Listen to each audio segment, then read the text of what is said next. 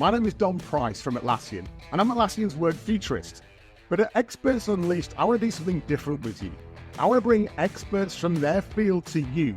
Experts that aren't going to talk about thought leadership or theory, but they're going to bring their lived experience, their pragmatic insights, and their stories to help you unleash your potential.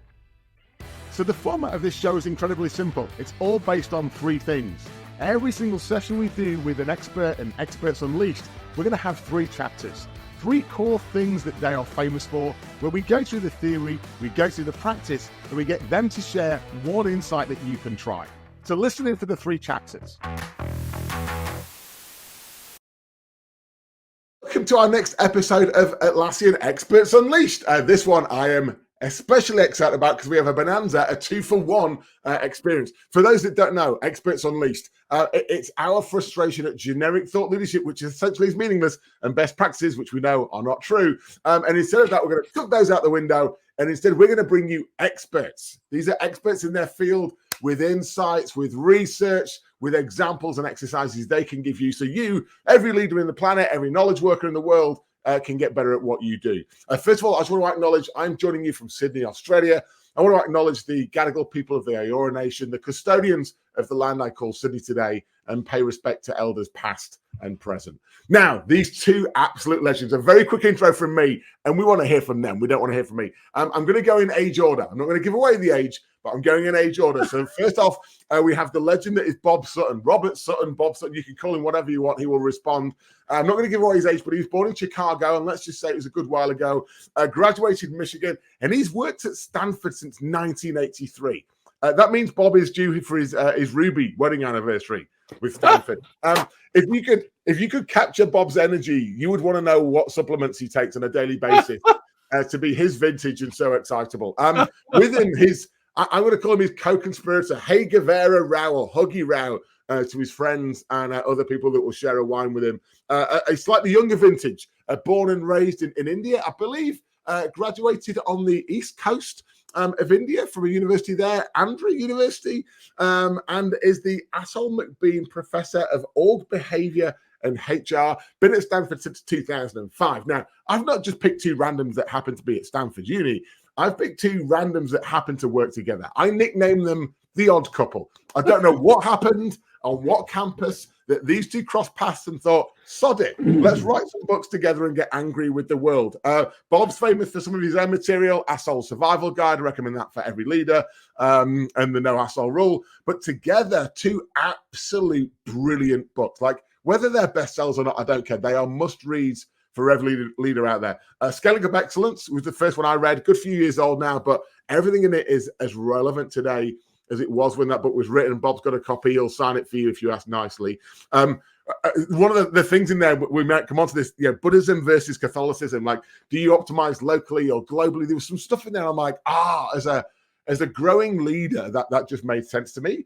And their latest work, the Friction Project, I don't know if they knew that they were tapping into something in the local sort of environment when they wrote that, but there's so many gems in there that when I first read it, and I've spoken and met the guys both since, it's like you could have just called it common sense. Like, it's not, but it should have been called common sense of the things that you should do that you don't do.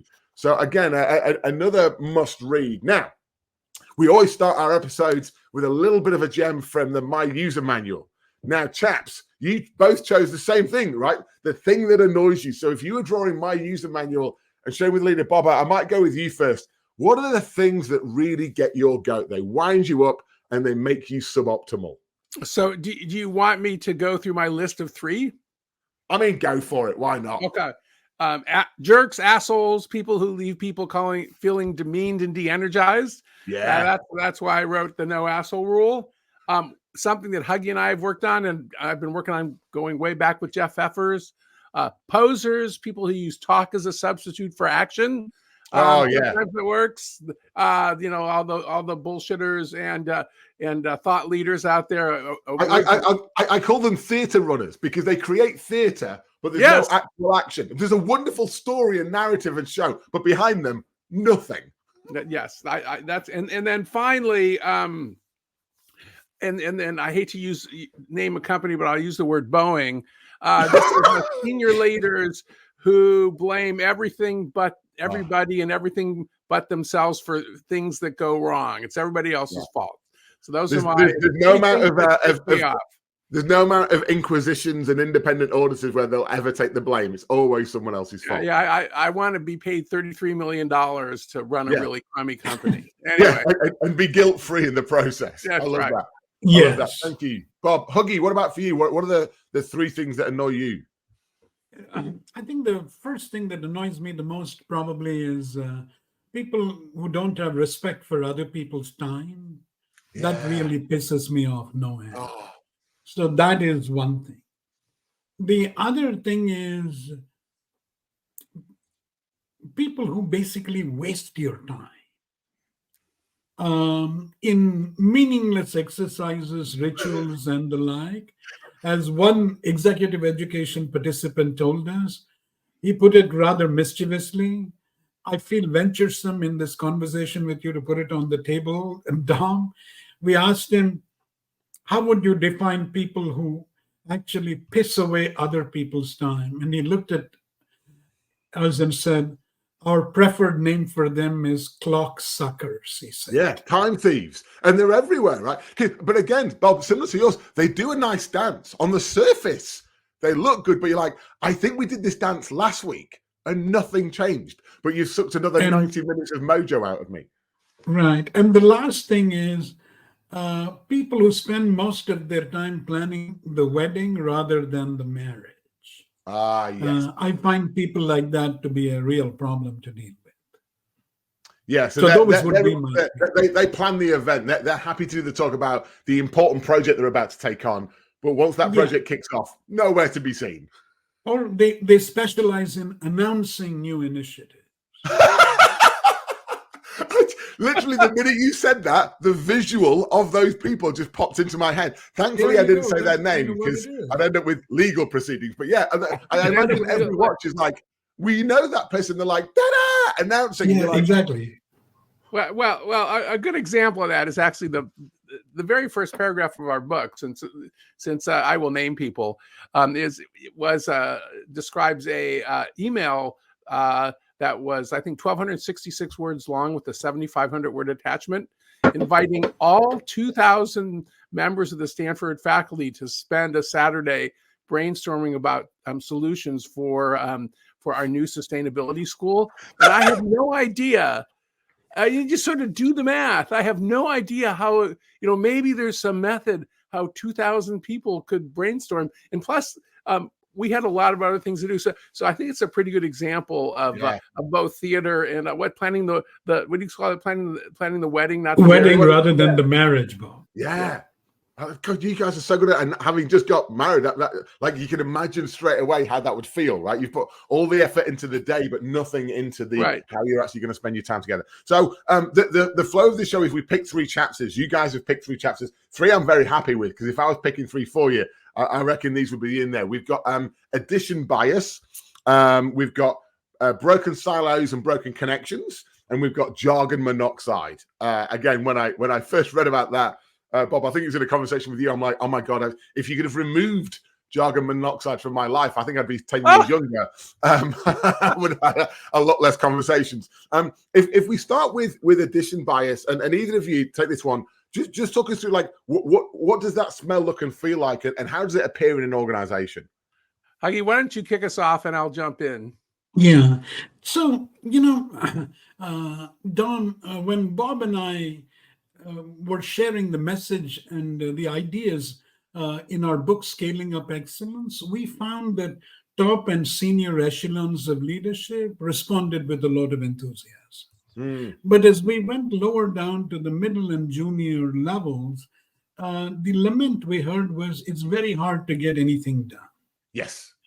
And the reason, one thing that immediately was fingered by people was when they said, it's very hard to get anything done. When we asked an executive education participant, where do you work? The guy says, I work in a frustration factory. Right. Okay.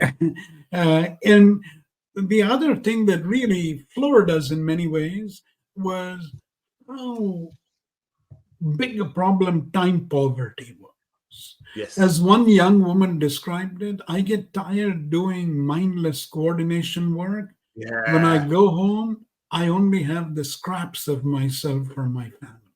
Yeah. And Bob, who's been studying the world of work for far longer than I have, one of the 'Cause I'm things so has been, old.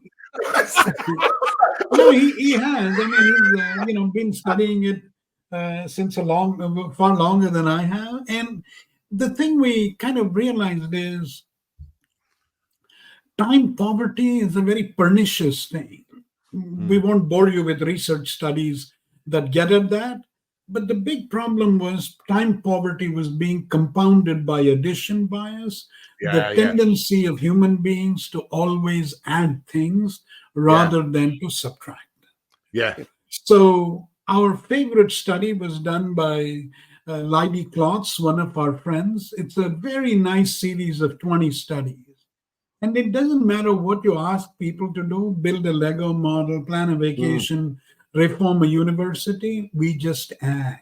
Yeah. In that study, they found when you ask people, how can you reform a university? 89% of the suggestions had to do with addition, 11 had to do with subtraction. Yeah. And the problem is when you have both, what addition, we call it addition sickness. Addition bias is the more scholarly term, but in reality, it is a kind of addition sickness.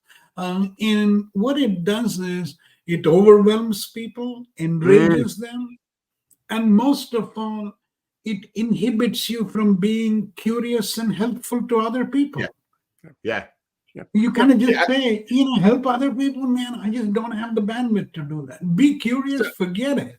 Yeah, well, you've got no time for wonderment, no time to let your brain explore because you're so big. But also, I think, like, if I think about my career history, the times when I've had that bias for addition, I don't do well at the addition because I actually have no bandwidth to actually, like say, you've got the scraps of mojo left. It's Friday afternoon, it's 5 o'clock, and you're like, oh no, I promised I'd try something new. And you sprinkle it in, and shock horror, you bang average at it. And you're like, oh, I was never meant to be good at that. I'll just do the old stuff again, right? So exactly. Addition bad, I think it ends up virtually reassuring you that the old way of doing things was good, because that's all the time you've got to continue.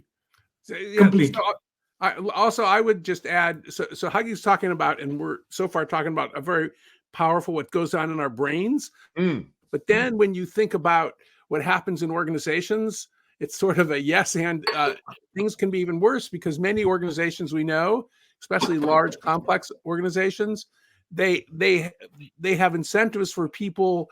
Well, people who add more programs, add more software, people who have more employees reporting to them, and we know. I mean, there's all sorts of research. When teams are too big, they're less effective. When you add more people to a late project, this is Fred Brooks' favorite famous book, The Mythical Man Month. The later it gets, and yet we have incentives for people to have as many people as possible reporting to them. And this is a problem. To name two organizations that right now, I believe one of the reasons that things are hard to get done. One, our own university, Stanford. I think I've finally gotten senior administrators to admit publicly that independently of your value, the more people report to you, the more you get paid. And we have very good sources at Google, a large software company, that one of the problems that Google is having, it's not, and they're making lots of money, but one of the things that's getting in the way of innovation and is one of the reasons they need to have so many layoffs or laying off people like crazy is that they have all these incentives for hiring people and just piling on more and more people. And there's sort of a side point about this, and we've been teasing our friends at Google that you spend money as a substitute for thinking, because you've got money, you just buy shit, and sometimes that's like a whole bunch of new employees.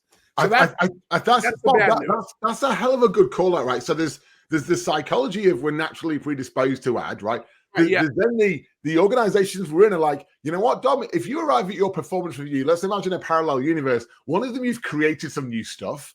Yay. The other one, you fireproofed, you removed some stuff, you simplified some stuff, quite boring, like highly efficient and effective, but really there's no fireworks or fanfare. So the incentives are slanted towards addition and creation, and kind of to my user manual, even the fanfare of that versus what are we actually delivering on, right? And if you've got to be intellectual with it, you're like, I haven't got the time, so I'll just pay someone to do something. I'll just almost outsource that, and you create the theater. And, in fact, when we were teaching in one of our executive programs, if you ask an executive, these were executives in a very large multinational, senior VPs, describe your average day, 6 hours a day they're in meetings. So and you're Huggy, kind of asking them, how can anybody come up with a creative idea after 6 hours of meetings? I mean, you're destroyed.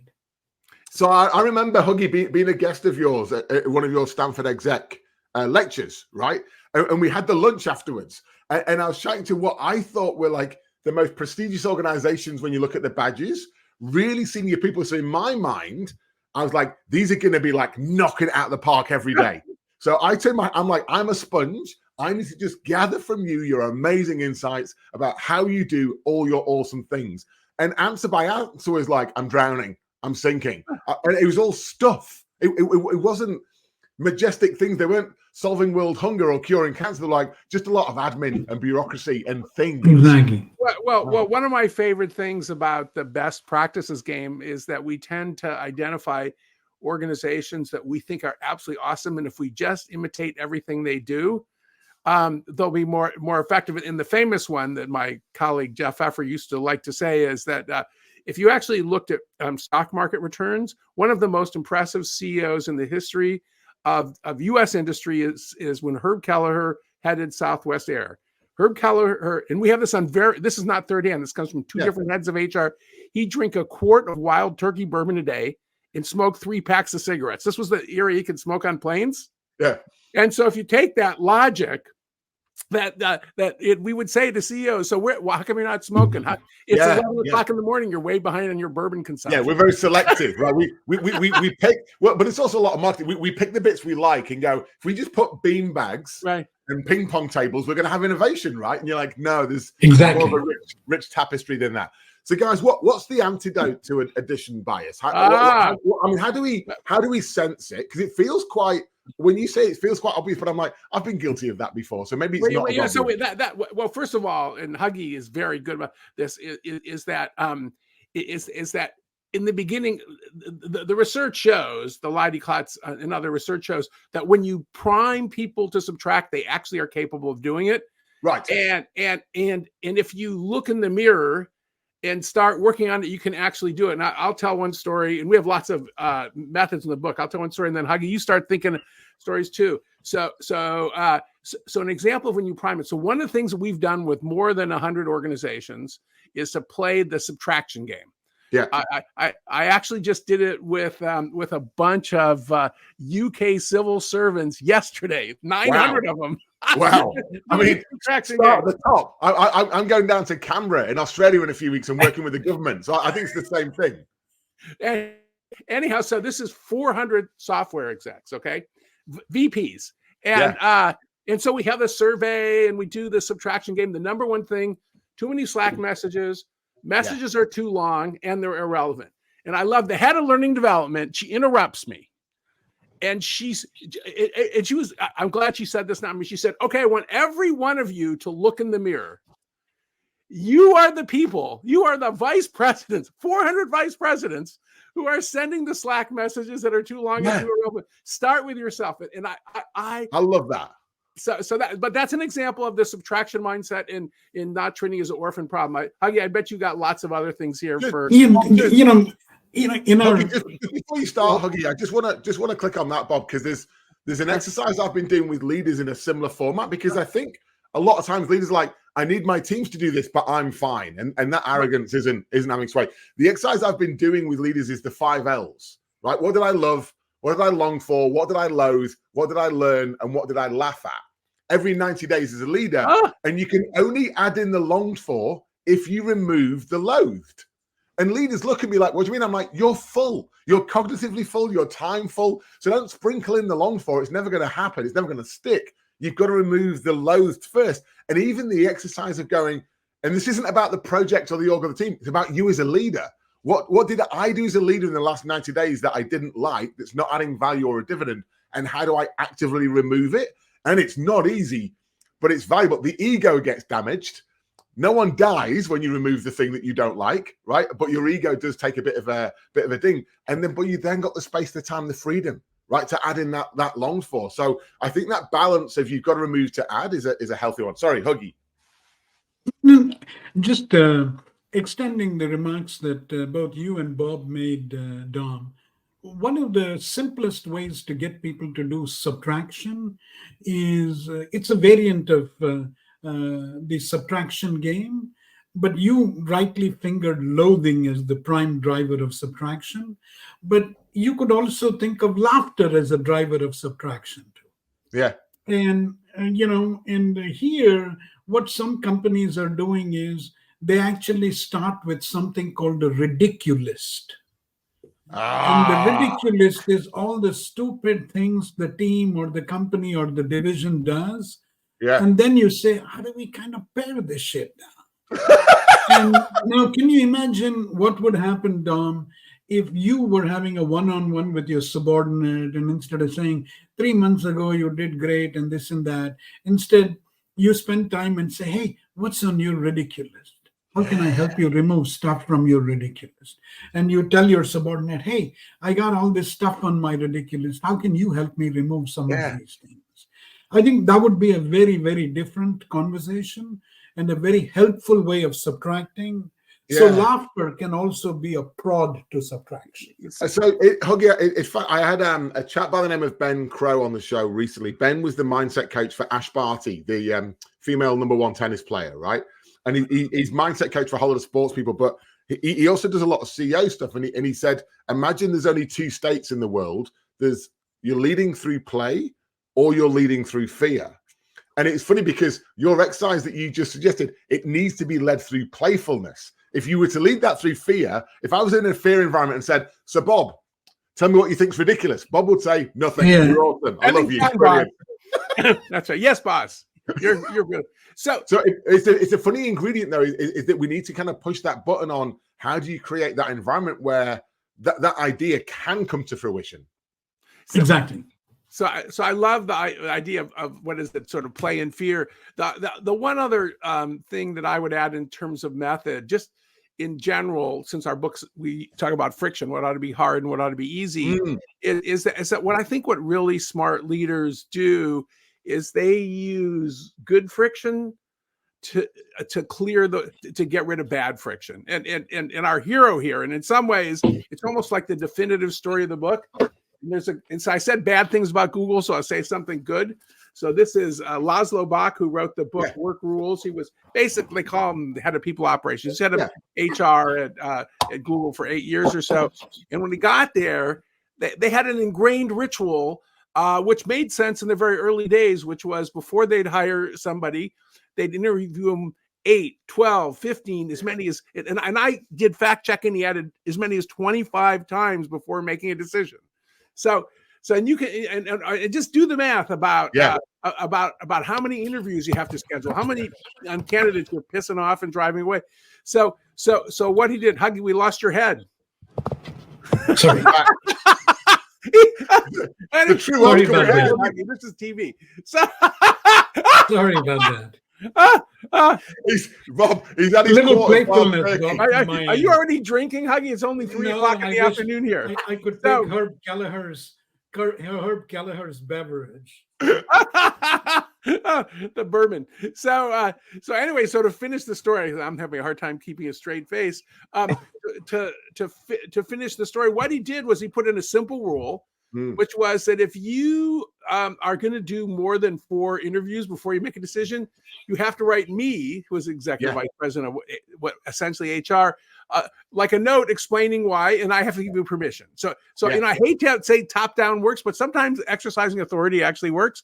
And he said the problem basically disappeared throughout the company in most places overnight. And when they were going to do more than 4 interviews, it actually made sense. But the lesson there isn't just that sort of a cute story about how smart Laszlo Bock is, but just for leaders, think about what you want to make difficult. To clear the way so that people don't add just useless junk to your organization, for example. Exactly. Well, guys, it's one of the themes in your book that I found that the most surprising but also the most resonating was I'm like, oh, this isn't about remove all friction, which is every other book, right? It's not, Right. Remove all layers from your org chart, the flatter the better. It's not this one giant swing to one way or the other. It's about saying, find the negative friction and remove it. Find the positive friction. If you haven't got any, add it and use those as powers, right, that create a better environment. And it's both. It's not either or. And that example from Laszlo of adding positive friction makes complete sense. And on that theme, Dom, there's a very interesting research study that would be of relevance to your audience, because what that also means is don't pursue speed at all costs, slow down sometimes, put in obstacles that educate people. And, a research study your audience might find interesting is, we looked at all the Bay Area startups. We used large language models to analyze what's the degree in which, in all of their mission, vision, and whatever public communications, they emphasize speed. So let's see the linguistic emphasis on speed. What's the relationship between that and the time taken for you to become a unicorn, receive $1 billion valuation? Right. So the more you emphasize speed, the faster you become a unicorn. And the graduate student thought, what a cool thing. We said, wait a minute, do a supplementary analysis and see what's the relationship between the time taken to become a unicorn and the probability of lawsuits 2 years down the line. And what did she find? Like, the faster you became a unicorn, the more likely you were going to be besieged by lawsuits. Because the underlying theme there is in the pursuit of speed and urgency, you've missed the checks and balances, those what you call obstacles, where you just want to pause and go, time out. Like, have we done the right thing? What are the consequences? Like, thinking about it rather than just going home. And I think AI is a great example right now. We had Genevieve Bell on the show recently, and she's like, if you went to James Watt and told him how long the steam engine would have been around for and told him about the environmental consequences, could he have designed it a little bit differently? Right? Could we have been more considerate? It's like right now we're rolling out technology going, this is all amazing because the most important thing is speed. Right. But are we thinking about the actual impacts and consequences? Go ahead, Bob. So the point is, the other side of speed is time poverty. Yeah. And when there's time poverty, people green light doing bad things to themselves because you got to get it done. Yeah. Because the agency just overrides. You're like, yes, you say yes without the due diligence. So one way that we like to think about it, to use an analogy, is sort of the race car analogy. The people who win, Formula One or in the U.S. NASCAR races, they aren't the people who keep the pedal to the metal the entire time. Those people die, run out of gas. They crash into walls. They crash into walls. It's the people who hit the brakes. It's the people who pull in for pit stops at the right time. And it's also the people who, when the car is on fire, they pull over and get out so they don't die. So this idea of sort of the gas and the brakes in the one area where the brakes and pulling over is really important. Huggy talked about ethics. That's really important. Yeah, is also when people are burned out, you got to give them a rest. Yeah, that's just how life is. And then when it comes to creativity, we've got 50 years of creativity research from the famous Teresa Amabile from Harvard Business School, and she'll tell you the hallmark of teams that aren't creative enough is that they're impatient. And of course, the famous Amy Edmondson, that they don't understand and embrace they don't fail enough. No, they're just busy. They're just doing, right? They're just doing. Chaps, let's move on. If we imagine we've solved addition bias, we've learned to identify it. We've solved all the problems. We're done.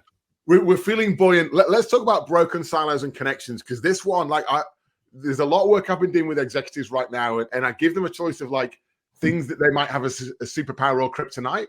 And the biggest kryptonite leaders are coming up with is flow over silos. They're like, we've got silos, we've not got flow. So stuff happens up and down the chain of command super quick. But when we look at our flow across the organization and working with others, absolute nightmare. And by the way, if I try and do that, I pay a huge coordination tax in working with others. So someone take us through broken silos and connections. So how do you want to go first? Sure. So the the coordination tax is like a very interesting jumping off point, if you will, Don. So there's a very nice series of studies done by Amy Edmondson and her colleagues. And what they show is, so if you go in for cancer care, the burden of coordinating the cancer care lies on the patient. Melissa Valentine, our colleague in the School of Engineering, they all call it the cancer tax. And so, the coordination tax actually is borne often by patients and consumers, not necessarily by people and organizations, because of the broken silos problem. So, and the other difficulty with broken silos, and this is a connection with the Jargon Monoxide chapter, is you have in-group lingo. Oh, In-group lingo makes it harder for you to get the flow going. But it's very, very reassuring, right? So again, a lot of the work I do here with execs, I'm like, when you create your own language, or worse, your own acronyms, that by the way mean absolutely nothing. But when you do that, you almost create this inner safety, like this sanctum of going, well, you know me and I know you, and we're like-minded people, and that makes me feel safe. But you've done it at the exclusion of others, right? I think the intent is often semi-decent, but the actual effect, that tax is quite hard, and the translation exercise. Where does this come from? Because I saw there's a lot of leaders I work with, they want to work horizontally across an organization. It feels like the system is so to go back, I can't help it. I'm a psychologist, so I tend to go to psychological explanations. But one of our colleagues, the remarkable Chip Heath, co-author, Made to Stick with his brother, and all sorts of other great books. So Chip, with a woman named Nancy Studenmeyer, did a bunch of research where they found that as humans, we have a bias that we tend to think whatever we're doing is the most important part of the organization, and we don't have to coordinate. And then, so this is called component focus. And honestly, I think in the school, even though I'm in the School of Engineering, I honestly think that understanding work and the dynamics of work is much more important than designing all that stupid equipment. But then the other part, and this is called partition focus, and this happens in healthcare a lot, is that people believe that if they just hire the best people and buy the best technology in the world and build the best departments, but don't think about how they work together, that they're done. So they call this coordination neglect. So the problem is, to move to solutions, again, it's a little bit like subtraction. You have to have two things. First of all, you have to give some people an incentive to collaborate. Sometimes the reason they don't cooperate, like in the bad old days at Microsoft, is they have a disincentive for cooperating and treating they treat friends like enemies. But once you get through that, then it's like the system knowledge and that you have to have in the handoffs. And I just to tell you one little story, and then Huggy will jump in. A lot of the work that we do with managers and executives and students at Stanford is to have them follow through the different handoffs in the system and to try to figure out where things are broken. You probably do this too. Process maps, flow maps. We do the journey maps, and we look at sentiment in the journey map. But it's funny, we do the journey map twice. We do it from your perspective as the leader, and they're like, it's awesome. I'm like, now let's do it from the customer experience lens, and they're like, oh shit, because here's all the drop off points. Like to your point, moving from ward to ward, we look at it from our viewpoint and go, it's efficient. I did my handover internally, but the experience of the consumer was awful. So that's so it's system knowledge and handoffs that we tend to start with. And Huggy has some great stories about stories too. And just a real simple story. Years ago, I was on, and I'm not an education expert, but I was on an education. I was the management guy, the leadership guy for the MacArthur Foundation K through 12 education group. And we heard this amazing story from a high school principal in New York City that she said she was mad at her students because they're always late from class. So she decided, she was so desperate, she spent a week following students as they went from one class to another. And she basically said it's all our fault. And she told the story about this woman. This is a 9-story building in New York City. This woman had a class in the basement, 16-year-old girl. And her teacher kept her 3 minutes late. It was only 5 minutes between class. So she starts running up the stairs, but it's that time of month she has to change her tampon. So she goes into the restroom, changes her tampon, and she's 4 minutes late and gets blamed by her teacher on the top floor. But it's the system. Then it's the system, and so she started work on handoffs. She also worked on norms for the teacher. She gave the students a couple more minutes, but that was a case, and it sounds like you do this too. When people go through their own system, they really can learn a lot. So there's two things I want to grab there, Bob, because they're fascinating. There's an exercise that I've been doing with teams around network of teams, right? Who's upstream and downstream, if you just to get self-awareness, right? And what's your relationship health like with that team you're dependent on? It's fascinating, right? Great conversation. First thing, they always put themselves at the center. Right? Yes. Every single time. I'm like, yay! It's like, here's me, and here's these other fledglings that do something, right? But it's fascinating is when they actually look at relationship health, there's always this pause of going, I don't actually know. We've not had that conversation. We've spent so much optimizing in our world. We've not even gone and engaged or considered those. So I think even the self-awareness of thinking that way, right? It's who you work with, not who you work for. That mentality can go a long way. Huggy. So, a very useful way to kind of help overcome this silos and no flow, the problem that you've raised, is in some companies, they actually have a fascinating norm. And the norm is to begin a meeting with a story. And when you begin with a story, part of what you're doing is you're bringing people together very quickly. You're creating, in effect, a shared brain. There's evidence that people who are exposed to the same brain story, the same portions of their brain light up. And actually, you can see how correlated all those lit up areas are in a team. So it's creating a shared brain. And we don't invest in creating a shared brain. We overwhelm people with presentations and the like, and then we say, oh my God, we've got a silo problem. What did you do to create flow in the first place? And the answer is zilch. I love that, because it's not a huge investment, right? But when you get that story out, it's building a shared understanding of something and building those connections. It's funny, like my user, and we only did one part of my user manual, but there's a lot of leaders I do that with. And then I'm like, in the room, now go and tell your story to someone else. And I did this event with a CEO of a large bank recently, and he's like, I don't need to do this. I'm like, yeah, you do. And he came to me after, he's like, I've just met an executive that I've worked with for 20 years. And up until 5 minutes ago, I didn't know how they led. I knew them. I knew here's all the things I knew about them, but I didn't know how. I've never asked them how they like feedback. Apparently, they like it after the event in written form. I like it in the moment in verbal form. So I've been giving them for 20 years verbal feedback. I'm like, that probably feels like an ambush, right? And so even just having that time investment it feels, I don't know, it feels indulgent in the modern environment, but you're like, without that, you're going straight into the transaction without really knowing who you're working with and why, right? Which I think is flawed. You end up with busy. You'll recall this, Dom, when you came to our CFI program that Bob and I have directed for a very long time. On Sunday, when you come, what happens? We put you in teams, and we've got our great friend Andy Papatanasio, and we ask you to change a tire on a NASCAR race car. Yeah. And it is astonishing. Like when people first kind of try and change the tire, they take 50 seconds on average. But the last time we ran it, at the end, the winning team did that in 11 seconds. Yeah. And then you pose the question to them, did you ever think you could go from 50 to 11 seconds? But the data show you did. How? And a lot of it is silo busting. Yeah.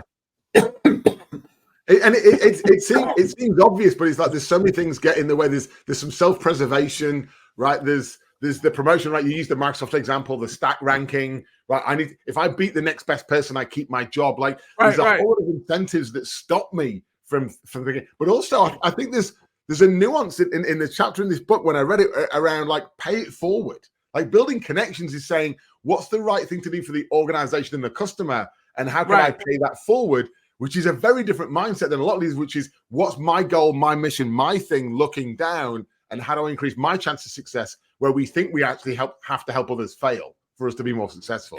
That's right, that's right. And so what this also means is when we think of, broken silos, we also have to, Bob has a lovely phrase, he calls it stacking talent like firewood. And a lot of the times what happens is in companies, there's this belief that, oh my God, all that you got to do is get together and like put a lot of A people on the team, and then you're going to do great. Right. And the problem is what people don't realize. We've just finished a series of experiments. I'm going to send you the deck later, Bob. This was just being done. We asked, do A players help other A players? And do you know what we find in experiment after experiment? If you're far worse than me, I'll help you. If you're far better than me, I'll help you. But if I'm an A player and you're pretty close to me, there's no way in which I'm going to help you. Not a chance. I'm not giving you the see edge. The problem? But what's interesting is when you see the way they help people much better than them, they don't give them. So we give them, hey, what kind of hint are you going to give to your? You're breaking up, Huggy. Sorry. Will you give high value hints or will you give low value hints? And what do people do? When you're better than me, I'll give you plenty of low value hints because I want to be seen as a good guy.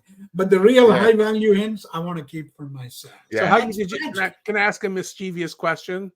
Did you Please. just experiment with Stanford MBAs? Guilty as charged. It was using Stanford prolific, Bob.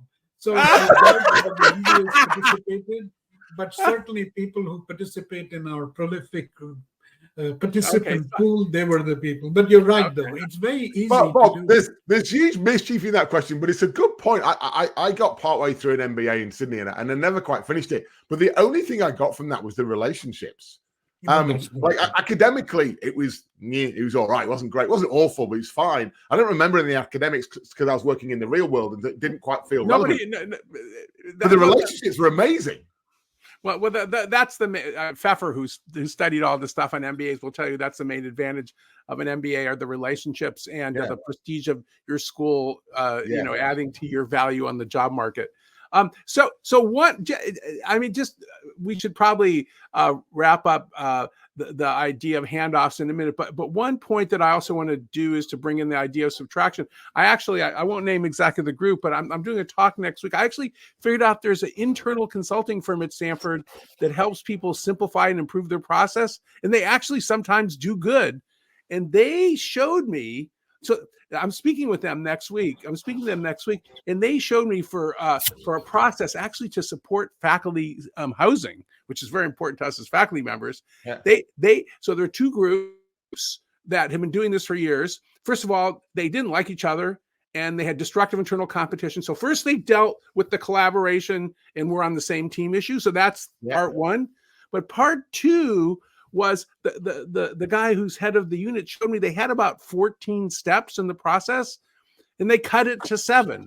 There we go. And so yes, there's they worked on the handoffs, but it's a lot harder to screw up 7 handoffs than 14. So I think the subtraction and the coordination can work. The coordination, the GLAC, whatever, or the silos can work hand in hand. So I thought that was a really interesting story, and it might be less annoying to get support from the Stanford for your housing now too. But I think that, Rob, just on that, it makes sense to go, hey, whilst we're improving our relationship, how can we make the steps to maintain our relationship easier? Let's just make this a one-off. Like our relationship is now good, but we've got all these steps and we're going to make it hard again. How do we simplify? And actually doing those in concert makes complete sense. So let's move on to jargon monoxide. Just because, I always associate you two with mischief anyway. But when I read these words together, I'm like, they've nailed it. They've found the tweetable moment, right? The clip of all clips to go like. What is jargon monoxide? Bob, hit us with your mischief. What is jargon monoxide? Well, so first of all, it's just a term I stole from like a former management guru named Polly LeBaire. She used to be a Fast Company writer, and she wrote a book, and she visited my class. Maybe it's 20 years ago. She used the term jargon monoxide, so I've stolen it from her wholesale. But to us, it's confusing, vague, unclear language. We have 4 flavors. Let's see here. I've got them here. So we've got bullshit. There's a huge academic. So this is communication that means nothing to sender or receiver. There's a huge academic bullshit. You normally reread it a few times. You're like, no, I'm still not sure. Like, is this for me? Is this for someone else? Like, Convoluted crap, that's where you make things so complicated that nobody can understand it. It might actually mean something. So that's sort of our second flavor. Our third flavor is in-group lingo. Yeah. So in-group lingo, and we've already been talking about this. This is when the doctor says something, you have no idea what the hell they're talking about, but they're very impressed with their diagnosis, even though you have to go home and Google it immediately. Have you ever had to Google it in front of the doctor? I did that once. And then stealing from Danny Kahneman, there's noise. So we call it the jargon mishmash syndrome. This is where there's something means so many different things to so many different people. Right. It's unbelievable. In our nomination, I hope I didn't get in trouble for you, is agile. So there's this. It's true though. It's lost almost all meaning. Do you know this guy, Craig Smith? He's an Aggie. He's an Aussie. So he gave this amazing speech. Yeah, I know Craig. He defined 40 agile methods in 40 minutes. It's an amazing speech. But if he could identify 40 agile methods, everything from holacracy to squads and all this sort of stuff, that means if it means everything, anything you want, it means nothing. So that's sort of the language, and that's us being snide. We try to be constructive. We realize that everybody means well, but the road to hell is paved with good intention. So that's sort of our rant. And so, well, like, why does jargon monoxide appear? Like, my sense is probably a little bit of self-preservation. Like, if in my department we've got our own lingo and we share that, we all understand each other intuitively, and we've excluded others, right? It feels safer. But I'm still seeing in a lot of organizations that propensity to just broadcast large bits of text, and you read it and you're like, I have no idea if I was meant to do anything different. Like, what was your point in there? So, Huggy, why? What's the why? I want to answer. So for us, the biggest problem with jargon monoxide is it leads to confusion and then eventually alienation. You just kind of give up and say, I don't know what the hell this means. And the problem is when people give up, that's obviously a very big problem for any enterprise. And if people are confused, initiative is the casualty. How can anybody take initiative if they're kind of confused? They don't know what it is. And so a lot of what great leaders sort of do is they're able to simplify things, but they're able to simplify things in a powerful way.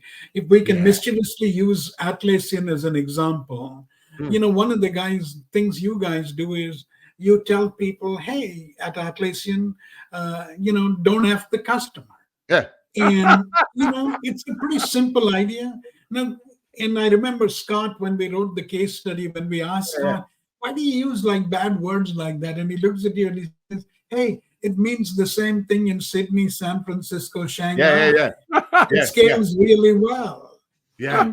Now contrast that with what would have happened if you would like said, hey, we got to be customer centric. Yeah. And you got 20 slides, and then one for Australia, and one for San Francisco, and one for Shanghai. And you can imagine the kind of confusion you kind of get into. And so that's like a simple way in which what you're telling people is, this is taboo. Don't ever do this.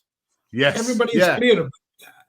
And then you can also tell people the same thing as to what is sacred to. What's like the one thing you should always do. And here, it actually kind of helps when you tell people this in a way that helps them visualize. And this is an example of how clarity actually overcomes the silo problem. So we had Todd Park, who's founded Devoted Health in our class, and 70 to 100 employees. They're fully vertically integrated, their own insurance, their own healthcare, HMO, pay, you get the idea, many cultures. And we asked Todd Park, what's the biggest thing that you've done? And he said, the biggest contribution I guess I've made is all 70 to 100 employees at Devoted Health are expected to follow prime directive, irrespective of level, location, function. And what's the prime directive? When you make a decision about a patient, pause and ask yourself, what would you have done differently if that person was your mother or father? Yeah. That's powerful. Now, Yeah. It's very powerful. So what's interesting is when he took this to Howard Schultz, said this is very powerful. I love it. And Todd asks Schultz, why? Schultz looks at him and he says, you don't need to educate people. This is like there's no procedure. There's no HR manual, there's no procedure, there's no policy. Right. Like, you have to govern it. There's no compliance regime. You're like, hey, just think like a fully formed adult and do the right thing. And you're like, it seems easy, but that language is vague. Saying think about your mum or dad in that situation and act responsibly. That elicits a completely different set of thoughts. Completely. So this is an example. But Howard Schultz also insightfully told him, hey, you don't need to train people, but you got to get people to believe in it. Todd says, how do I do that? And, Howard Schultz says, how about when you come to work and you log in or you meet people, you encounter 5 to 10 stories of frontline people doing this. You're more likely to do that yourself. So all the of role this, modeling. ways of, in a sense, transcending the jargon monoxide. So in addition to the power of love, which is a way to simplify things, that's what Huggy's talking about. Love and caring is one of the things that simplifies people, because I didn't expect a reference to Huey Lewis in the News, but I really do like the power of love. Power of love, of course. Yeah, we're from San Francisco, so I lived through the summer of love. I was like 10, but I was here, so 12. So in addition to the power of love, there's a couple of, I think, key metaphors, or I guess they're analogies in our book, which is that we advise leaders and everybody in an organization to think of themselves as editors in chief. Because if you have a really good film editor or book editor, like, they're always crossing out your language and making it more simple and more powerful. And sometimes there's people who play that role in organizations. But just, to put it in a word for large language models or Chat GPT, there's actually a great example, and this is, since our book was published, this came out in the New England Journal of Medicine just in January of this year, and the largest healthcare system in Rhode Island, the state of Rhode Island, what they did was they had a 3-page surgical consent form. So that's the form you sign before they operate on you, that had all of this medical jargon in it. So it was 3 pages long, and it was at the 12th grade level. The average American reads at the 6th grade level. So they put the thing into Chat GPT, like a 14-word, just 14 words, and said, make this thing shorter and make it at the reading level of the average American. And it came back 1 page long with much simple language, and it doesn't read like a lawyer did it at all. And the reason I say that is that, yes, Chat GPT and other large language models can make things more complicated if you're not careful. But if you actually tell the darn thing, it's just like put on the subtraction mindset, simplify, get rid of the jargon monoxide. It actually can do it. So there is hope. So I think there's a fascinating thing there, Bob, which is, I mean, I know a lot of people talk about inclusivity. I think the same can be said for accessibility, right? If you want to make that form accessible, then you can't put barriers in the way that stops someone being able to understand it, because now they're either not answering it or answering incorrectly, versus going, I know some lawyer said that sentence had to be in there, but really, like, did it? And how do we simplify it to make it more accessible? Which is probably the removal of the jargon monoxide and replace with plain accessible language, right? Which we could all do. If we all make ourselves the editor-in-chief for our communications, we can strip out that bullshit and just go, what do I actually mean? Right, the factfully and tactfully, you need the facts and the tact, right? But don't make it verbose and lengthy. And Huggy's analogy is it's you have to have the discipline to do this over and over again. And just today, I actually tweeted about this. I signed a contract. It was for an interview I did that they're spreading or something, and it had the word hereby in it. So I have, my wife is a lawyer. So I tweeted out, why do we need the word hereby? It means absolutely nothing I can tell. And I walk out to my lawyer wife, and she said, why do you use the word hereby? She said, oh, that's for insecure lawyers who are trying to other others. That's what it's for. That's what my wife, and she's written a lot of contracts in her life, and she said that's a word she doesn't use. And when I show her that stuff, she said, well, that's for lawyers who don't write well. So they would use the word hereby. So I hereby a decree that we get rid of the word hereby. Hereby is forever. That and expectations are now gone. Chaps, I want to just use your wisdom quickly. 30-second answer each. Right, we've got a whole lot of knowledge workers, leaders listening to this show. What's one thing that you'd suggest them to go and try and do right now just to improve how they work? Like a really simple experiment or hack they can run on themselves. Huggy, go. Okay, Bob. So, one of the big realizations for me after this wonderful book adventure with Bob, I was talking with somebody in a conversation yesterday or day before, and I was asking this person, what's the biggest and the most important kind of ability? Ooh. And he looked at me with a smile and he said, the biggest kind of ability in any company is availability. Think about that. So, Huggy, we lost you then with your answer. Can you just give us that again? Yeah, thanks. Sorry. He said the biggest ability in any company is availability. Oh, I'm glad I didn't miss that one. Yeah. Yeah.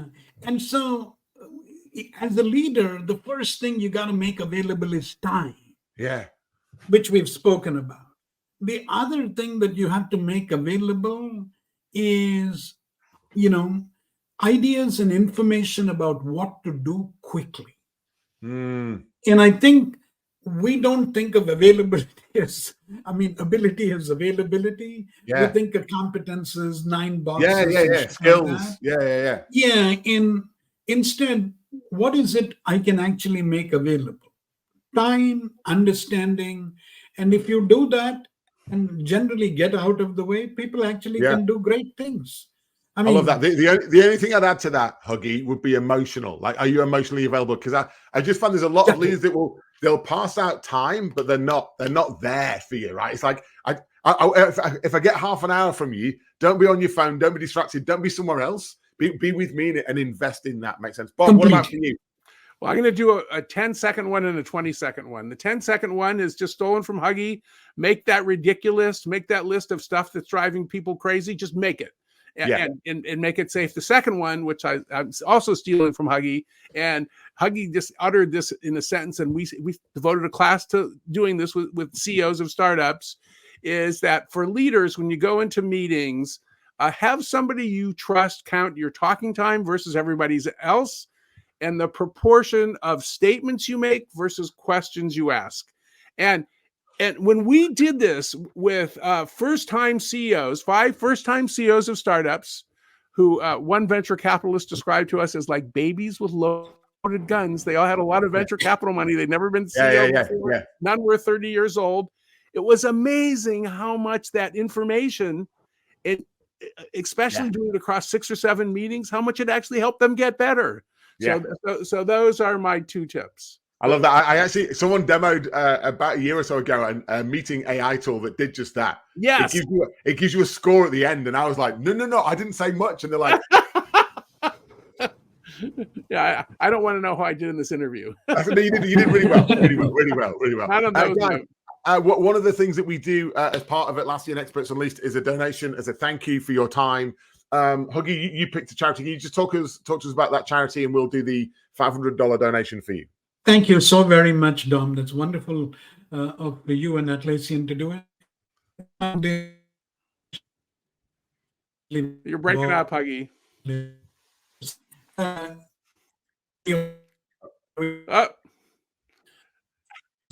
think it's St. Anthony's dining room in Menlo Park. Isn't that correct, Huggy? You're breaking up. They feed the homeless and the hungry. Did I do that? So I literally have to translate for bad internet for Huggy. Can we just get that as one sentence, just so that it goes in the final edit? Huggy, go see if you can do it. See if it works. St. Anthony's dining room. They feed the hungry and the homeless. I love that. Mate, I love that. I do a lot of work in Australia with the legend that is Ronnie Khan. She runs a company called Oz Harvest, trying to reduce food waste and connect people with hunger. And given the allegedly abundant times we're in, seeing so many people struggling for that, it's a great cause. So we'll do a donation. Guys, thank you so much for your time. It's incredibly generous, indulgent for me. I love hanging out with you. Your brains, your humor, your your mischief. If anyone wants to catch up on any material, honestly, buy The Friction Project, available in any good bookstore or online. Both Huggy and Bob have their own websites. Just search Huggy Rao or Bob Sutton and you'll find these guys share a huge amount of information. So if there's anything that's tickled your fancy in that conversation, don't be shy. Do some searching. They share lots of material, lots of content, lots of articles, and the book is a great read. And also strong recommend for scaling up excellence. I read it years ago, and it's like a go-to Bible, I think, for any leaders. So Bob, Huggy, thank you so much for your generosity and your time and your wisdom. Thank you. Thank you, Dom.